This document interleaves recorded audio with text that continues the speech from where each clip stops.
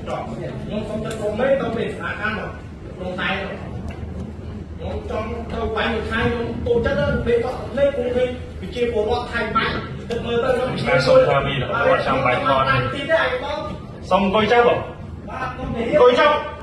អត់មានទេណោះ5ឆ្នាំអីនៅបឹងនៅបួរអារម្មណ៍ប៉ះពាល់អារម្មណ៍ហ្នឹងគេមើល8ដល់10ខែឥឡូវលើហ្នឹងប្រហែលឆ្នាំហើយមើល3ឆ្នាំហើយគេមើលទៅហើយដូចលោកអង្គញាគាត់មានប្រសាសន៍ថាបងខ្លះគាត់តាមរយៈពេលយូរទៅដូរដីដូរអីហើយបងប្អូនខ្លះតែខ្ញុំនិយាយបាទសុំនិយាយបន្តិចទៀតទេលោកឯកឧត្តមនិយាយយ៉ាងចូល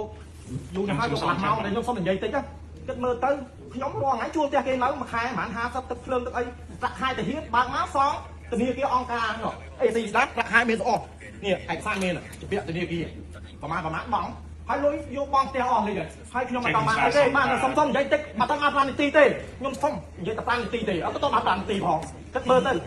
ខ្ញុំទៅហ៊ានឥឡូវកំពុងមានបញ្ហាដល់ព្រំដែនឥឡូវខ្ញុំសុកចិត្តឲ្យមេខ្ញុំដាក់ឈ្មោះខ្ញុំទៅព្រំដែនដើម្បីវាយជាមួយថៃខ្ញុំខឹងថៃណាខ្ញុំដេកអស្រក់តែភ្នែកទៅសាយដោយសារខ្ញុំខឹងថៃខ្ញុំសង្ឃឹមថាខ្ញុំត្រឡប់ពីព្រំដែនណាវិញខ្ញុំអត់មកខ្ញុំបងវិញឲ្យផ្ទះតែខ្ញុំអរគុណអស់ណាមិនខ្ញុំសុំចិត្តសុំមេទៅពេលស្ថានភាពព្រំដែនខ្ញុំចង់ទៅវាយមួយខែខ្ញុំចូលចិត្តលេខសក់ទឹកភ្នែកពួកខ្ញុំវិជាពលរដ្ឋថៃបាញ់គិតមើលទៅខ្ញុំវិជាមួយហើយខ្ញុំទៅមក